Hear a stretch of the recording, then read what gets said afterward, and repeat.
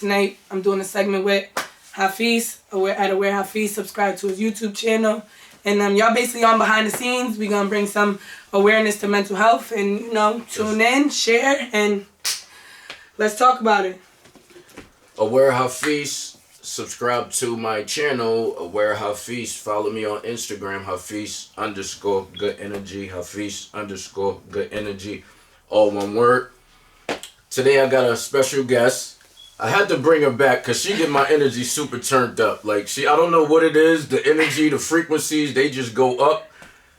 And she gets a lot out of me, and she's a super duper dope individual. Tierney. What's up, y'all? I'm glad to be back. Yeah. I always find it funny when you say I get you real hyper, because I came in today trying to be a little bit more calmer. It's gonna get there. It's gonna get there because we got. But I always love to, and then I'm coming to the lights. Mm-hmm. Coming to the lights. Coming to the lights. Yo, but yeah, today's segment, me and her discussed it. We want to discuss mental health because mental health is very important, especially now with everything that's going on, right? Yep. No, COVID's a big one.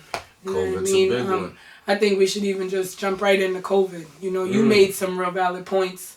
I think COVID is bringing more awareness to individual mental health, which I'll touch on a little bit later. Mm-hmm. But definitely COVID. Let's talk about it. Let's talk about it. So as far as COVID goes, I was just thinking as a whole, I think every human being is going through something. Because mentally dealing with wearing a mask, seeing somebody wear a mask, you go in the store, you gotta be 6 feet away from them. It's crazy to me. It has to do something to your psyche. And then you're seeing your children all day. They gotta be around you. They can't go to school. That's not normal. Our parents didn't bring us up that way. They got, what did they have? They have graduations. Kids last year, they didn't even have graduations. Yeah. No graduations. People going to counseling. They're going to counseling. No counselors no more. Meetings for drug problems. No meetings no more. I just wonder, what is everybody doing in the process of all of this happening? What is everybody doing? You know what I mean? I mean, I think the points that I really, when you pointed them out was, I didn't even think about, it's big with mental health to be able to talk to somebody, and you pointed it out where we're having therapy sessions on Zoom, you know what I mean? And where you feel as though... it's not the same. It's not. There's no body language. A big part of speaking to somebody, I don't care if you're talking about mental health, I don't care what you're talking about. I think body language is a really, really big part of any conversation you have. People always say, let's not have a conversation through text. There's no emotion. No emotion. You know what I mean? You could write emotion. Exclamation points and really be happy, and somebody will take it in a whole nother different way. Type of way. You know what I mean? So the lack of body language. And you're just like we was just talking about, the energy, the energy of a therapist and the energy of you have to transfer. Yeah. How is it transferring through And just you get hype growing up in therapy, I feel like all my therapists be Tierney's coming. Yeah, that's what I'm saying. And you gotta pay the same amount of money. You get your tea, you get everything you need. The same amount of money to talk to these people through a camera. It don't. And then half the time your schedules have to get revisited. Mm-hmm. The Zoom link don't work. You know what I mean? There's just so many different ways, even pointing out school. You know what I mean? Mental health and parents. You know what I mean? And mental health in children. Do you know, I'm going to give y'all a statistic in a little while on the mental health in the U.S. In 2019. And Hoff made a really good point where if this is the statistics in 2019, what could it possibly be in 2020? Yeah, post-COVID. Post-COVID, what could the statistics be? It has to be way through the roof. Right. But what scares me is the amount of mental health that's coming out in kids that's younger than 13. You know what I mean? When I was young, I can say this, mental health came early for me. I believe mental health has a lot to do with genetics. So I think mental health came early for me. You know what I mean? Whereas I was feeling out of place or feeling, and I used to do weird things. When I would get mad, I would hit myself. I don't know why. It was just something as a person I did, and it was a good feeling. I don't know. It was just something, but everyone has their little different coping ways. Stuff. You know what I mean? Yep. So just imagine these kids now that are coming out and the amount of suicides that I never even heard of a 9-year-old committing suicide. I've heard of so many 9-year-olds committing suicide. I've never That is wicked to me. You're on. And you know you're what that on is? social media. You know what that is? Exactly. They're giving the kids smartphones. Yep. They're giving the kids smartphones. Like adults can't even half the time be able to decipher what's real and what's fake on social media. So you give a 9-year-old, their brain's not even fully developed. They're seeing all these kids playing and having all this stuff. They can't handle that. Yep. Like my 11-year-old, she's going through that. Like she be sad all the time. She has a cell phone. Like, when did you get your first cell phone? Because I had to be like 16, 17 years old. I'm not even gonna lie. I had to buy my first cell phone. So you're like 16, 17. 16, 17. So it's not the same thing no more. Like they have phones and they're I think I looking got at one it. for Christmas that was like a track phone, and I remember do you remember, I don't know if you ever had a track phone? The Snake. Snake, yeah. Yeah. I knew you was gonna say it. That was like the classical game. Yo, that was the Snake classical game. Like, game. what? That was a classical game. And now I just thought about it too. Like, if we were 16 when we got track phones, they 11 getting smartphones. You know what I mean? iPhones. My daughter, I was videoing I was FaceTiming my daughter through her stepmother's phone, and she's like, yeah, mommy, I don't have a charger right now, but I have an iPhone. And I'm like, okay, well, give me your email so I can FaceTime you. Give me your number. But just for her to say that at 6 going on 7. That's what I'm saying. It doesn't make sense. You know what I mean? Like, they're not it's even just in school. My daughter, my 3-year-old, she's on YouTube and can literally press skip ads, could literally go on Snapchat. I discovered this the other day. It mind boggled me. That's what I'm saying. She's 3. She goes on Snapchat, she takes a picture, and she wants to discard the photo to take another one. She presses X and press discard, and she takes. That's what I'm saying. 3. So you add and that, I was like, you add that into the fact that they're not in school right now. So I just look at things from my 11-year-old's mind. Like, I'm not gonna lie. Like, I'm an empath. I don't know if everybody knows what that means. Yeah, but we'll get. That's a great topic. A great topic. Yeah, because you feel what people feel, and you have the capability to put yourself in somebody else's shoes. So my daughter was acting like she was tripping, and her mother called me, and then I actually like put myself in her shoes.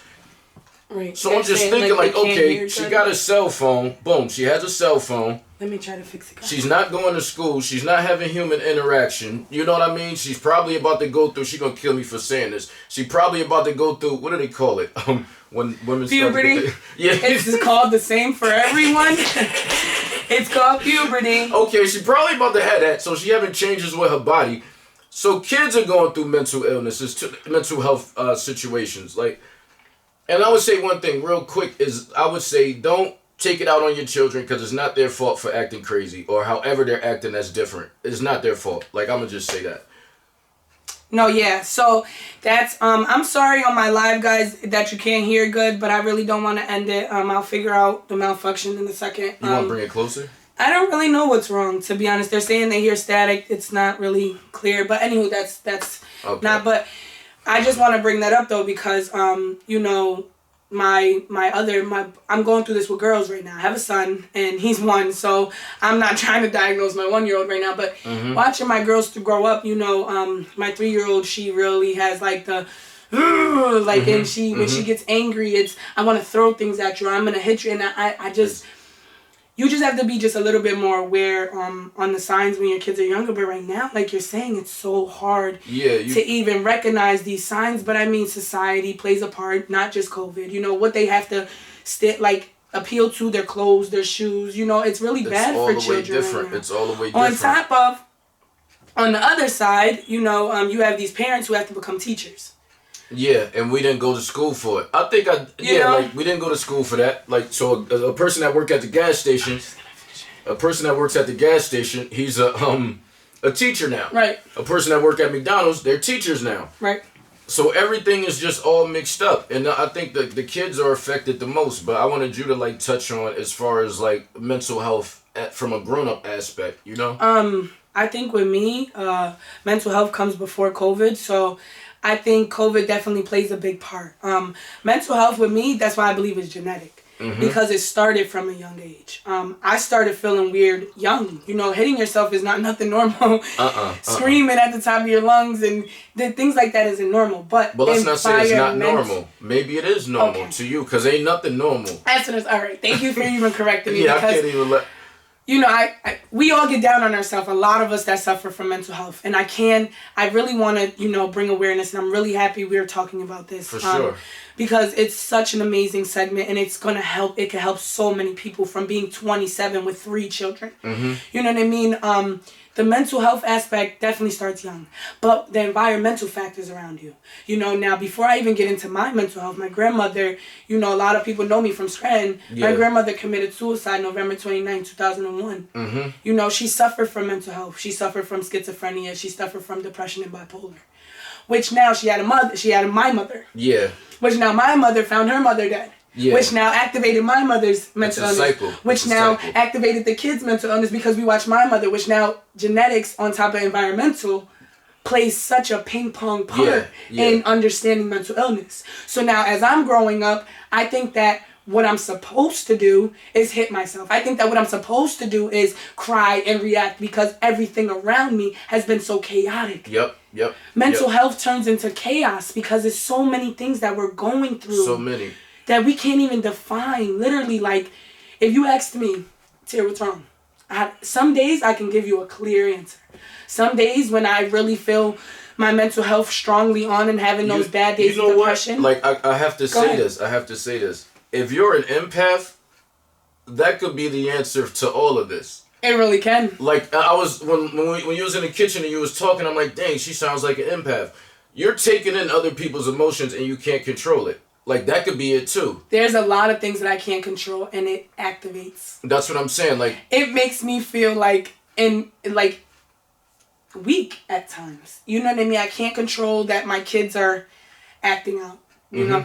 Excuse me. They're at ages where I understand that they're going to act out, but I don't understand that. And then I don't understand the thought process of certain people in my life, or even just life in general.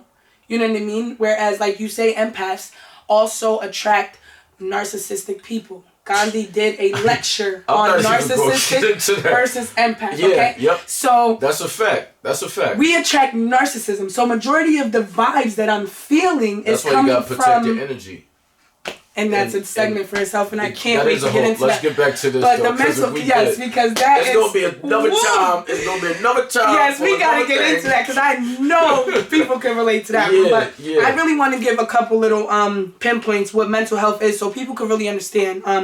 It includes your emotional, your psychological, and your social well-being. It affects how we think, we feel, and we act, regardless. So if your mental health is messed up, if you're not at the best state, you can't make the best decisions for yourself. No. It affects how we think, how we feel, and how we act.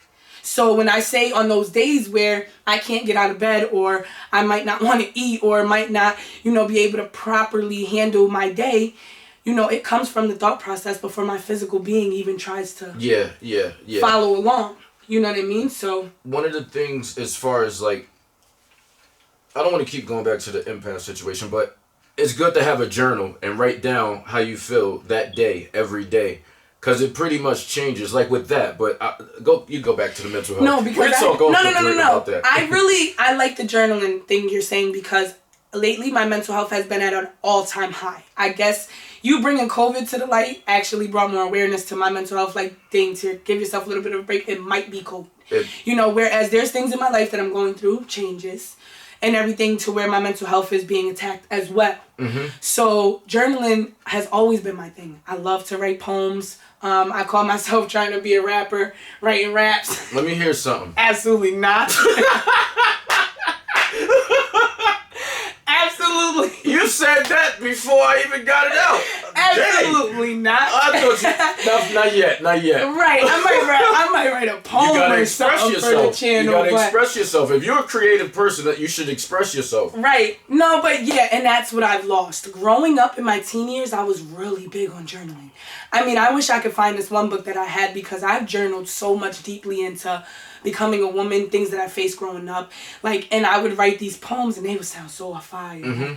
And I remember this one poem, it was talking about love, but it was talking about love being on a time. Love and time being interacting. I forgot how I did it, but, mental health takes you on different... I don't care what nobody says. I love people that can recognize their mental health and accept their mental health, because we have so many dimensions to this wicked mind. So that energy you say... I would never blame my energy or anything on mental health, but it allows me, you know, to know that something I'm not like the norm, I guess. Yeah, Or and am I the norm and they're not the norm? You know what I mean? So it allows me to come into a room full of energy. It's not bad energy though, and everything is energy. What I'm starting to learn about myself, because I just been learning a lot of stuff lately. Like everybody's energy, but your energy is not bad energy at all. Like, right. You know what bad energy is. That's another thing. Bringing awareness.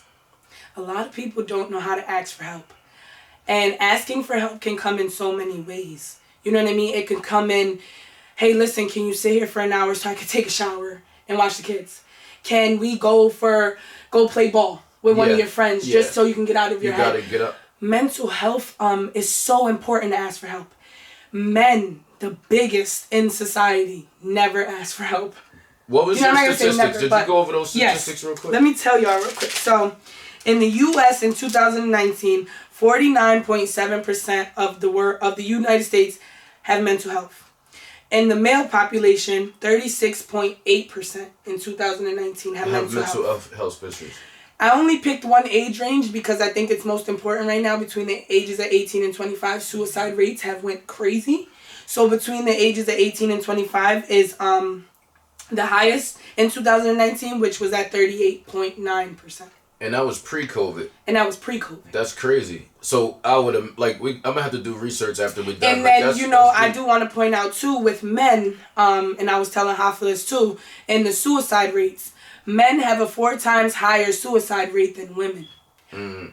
You know what I mean? And in the UK, I can't speak for the US, but in the UK, 1 in 8 men suffer from mental health. I wonder why that is. Why is it more men than women? I wonder why that is. Because I mean, let's talk about it.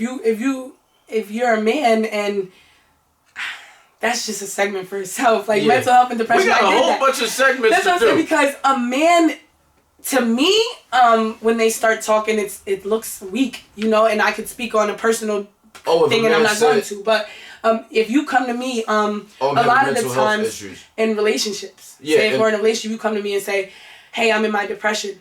A lot of women, speaking for myself too, don't allow our men to be in depression, or we have a time limit of when their depression can start and when their depression it's looked at as a feeble situation. Because when men have mental health, a lot of the times the way they cope with it takes away from their day. Mm-hmm. So like speaking from personal things that I went through with a man in mental health, you know, he didn't perform. So it would be me getting up with the kids, and it was just no performance. I'm just depressed. You know, and it's like, I understand that. I go through mental health too, but like, bro, come on. Like, you gotta get up. Like, I can't. You know, but who am I to say that? You know, I can't tell him how to cope with his mental health. And that's what a lot of people do when it comes to men. How am I allowed to sleep in the bed for days, but a man can't sleep in the bed for longer than 8 hours if they're going through something? They can't. Exactly. So I say that, I don't know. I really kind of say that just to contradict myself and make myself sound stupid on me trying to think I'm going to tell a man when he can be depressed and how he can be depressed when I go through the same thing and you can't tell me nothing. I don't know. I guess I never experienced that sort of depression to where I have to lay in bed all day and just be... Right. Because I got to get up. Right. But there's men that don't know how to feel those, like, creepy feelings. You know, depression comes with feeling less than or, like... want to isolate yourself. You know, I know when my depression is coming on heavy, this is going to sound crazy, but I feel like bed bugs, like bugs are crawling on my skin. Okay. Because my nerves are so off. And it feels like my skin gets uncomfortable. Okay. So I can't say how another human, how their depression comes how it's going to affect But when them. it was broken down to me, it was Tierney. When I was performing differently, why wouldn't that be a sign to tell you something's wrong? But and then as the woman, you should be able to understand. I mean, not understand, but you should be able to check it. Like, okay, I want to help you get through this. Instead of, like, get up, get a job. Like, it was, I just didn't know how to... Like, we can't both go through mental health at the same time. But that in itself is, how can I say that again? You know, it's like, as a woman, we say it so freely that we contradict ourselves every time. Because how are you going to tell your man how to go through that depression and that phase in his life if you don't... You know, how y'all can be depressed at the same time, it's not fair. But one of y'all got to be a little bit stronger.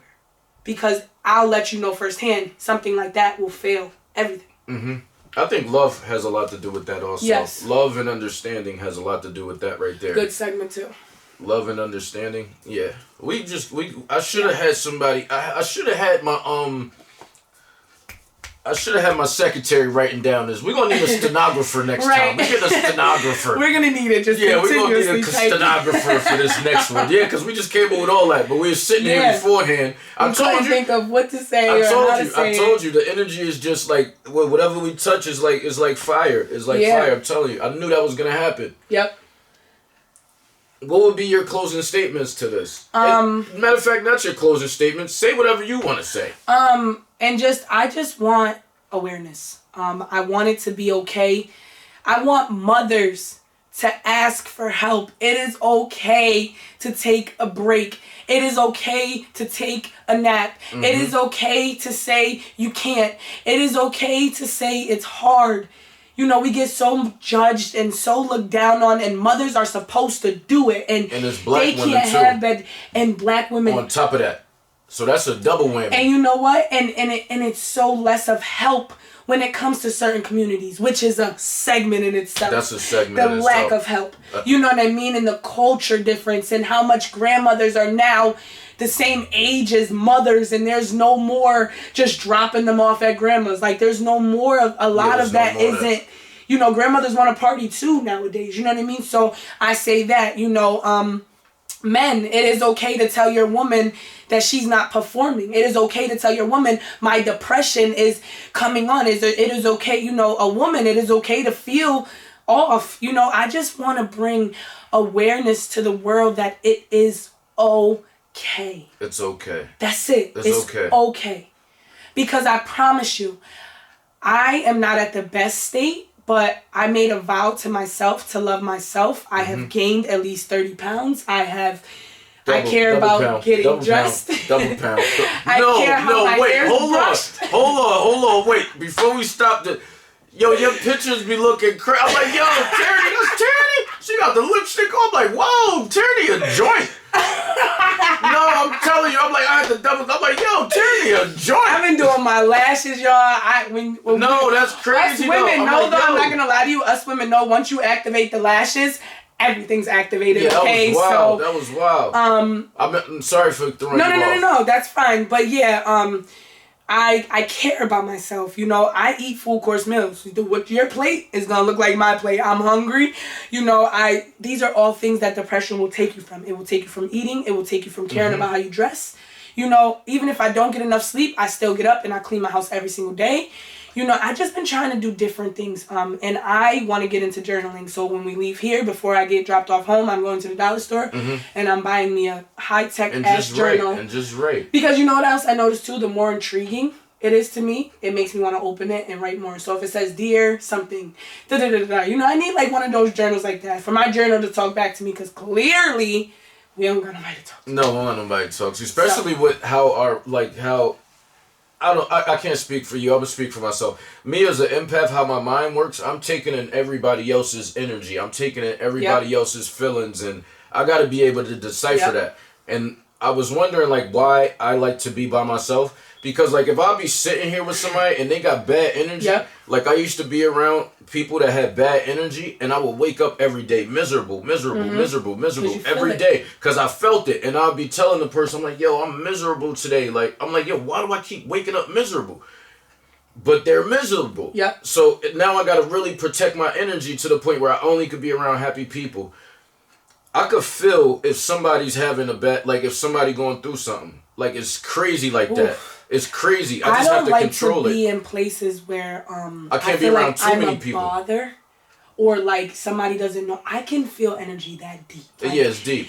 If you don't know me when I walk, like, I will come in and examine the whole room, and I'll be like, yeah, nah, I can't. Yeah, it's energy. You know, which brings on another segment, addiction and all that other stuff, because it's empaths.